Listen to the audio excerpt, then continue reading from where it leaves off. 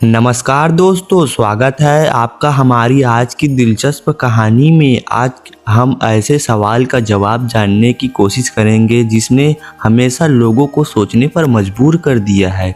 क्या भगवान और असुर भाई भाई थे? यह सवाल जितना रोचक है, इसका जवाब भी उतना ही अद्भुत है। तो चलिए बिना देरी करे शुरू करते हैं। दोस्तों, हिंदू पौराणिक कथाओं के अनुसार इस ब्रह्मांड में कई अद्भुत और रहस्यमयी कहानियां हैं। इन्हीं में से एक कहानी कश्यप ऋषि की है, जो समस्त प्राणियों के पितामह माने जाते हैं। कश्यप ऋषि ने 13 पत्नियों से विवाह किया था, जिनमें से 2 प्रमुख थी, अदिति और दिति। अदिति से देवताओं का जन्म हुआ, जबकि दिति से असुरों की उत्पत्ति हुई। अब सवाल यह उठता है कि आखिर ये देवता और असुर कौन हैं? देवता धर्म, सत्य और नैतिकता के रक्षक हैं। इंद्र, विष्णु और अग्नि जैसे देवता अदिति के संतानें थी। असुर भौतिक सुख और शक्ति और अपनी इच्छाओं के लिए जाने जाते हैं। दिति की संतानें जैसे हिरण्यकश्यप, रावण और महिषासुर असुर कहलाए। इस तरह देखा जाए तो देवता और असुर आपस में सौतेले भाई थे, मगर उनकी प्राकृतिक और उद्देश्यों में भारी अंतर था। अब सवाल उठता है कि अगर ये भाई भाई थे तो इनमें इतनी दुश्मनी क्यों है? इसके पीछे कहानी बेहद रोचक है। पुराणों के अनुसार दिति संतानों में हमेशा यह लगता है कि अदिति की संतानों को विशेष दर्जा मिलता है। यही कारण था कि असुरों में जलन और विद्रोह की भावना विकसित हुई।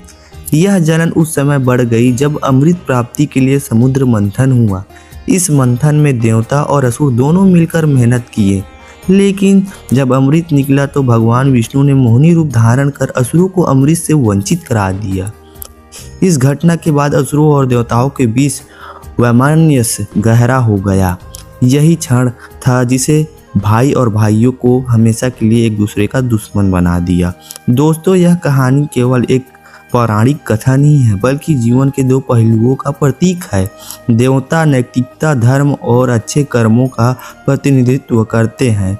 असुर भौतिक इच्छाओं के अहंकार और अधर्म के प्रतीक है। दोनों एक ही पिता के संतानें हैं, जो यह दर्शाता है कि अच्छाई और बुराई दोनों हमारे भीतर होती है। यह हम पर निर्भर करता है कि किस रास्ते पर चलते हैं। दोस्तों, देवता और असुरों की यह कहानी हमें यह सिखाती है कि धैर्य और संतुलन में अच्छाई और बुराई दोनों का अस्तित्व है, लेकिन हमें अच्छाई का साथ देना चाहिए। प्रतिस्पर्धा, सहयोग।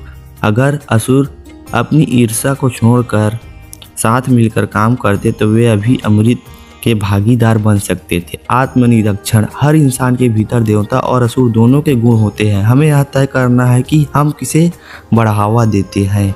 तो दोस्तों, यह थी देवता और असुरों की कहानी। क्या आप मानते हैं कि अच्छाई और बुराई एक ही स्रोत से आती है? अपनी राय अब हमें कमेंट सेक्शन में ज़रूर बताएं। अगर आपको यह कहानी पसंद आई है तो वीडियो को लाइक और चैनल को सब्सक्राइब जरूर करें और बेल आइकन को दबाएं, ताकि ऐसी दिलचस्प कहानियां मिस न करें। मिलते हैं अगली बार एक और नई कहानी के साथ। तब तक के लिए धर्म और सत्य के मार्ग पर चलते रहें।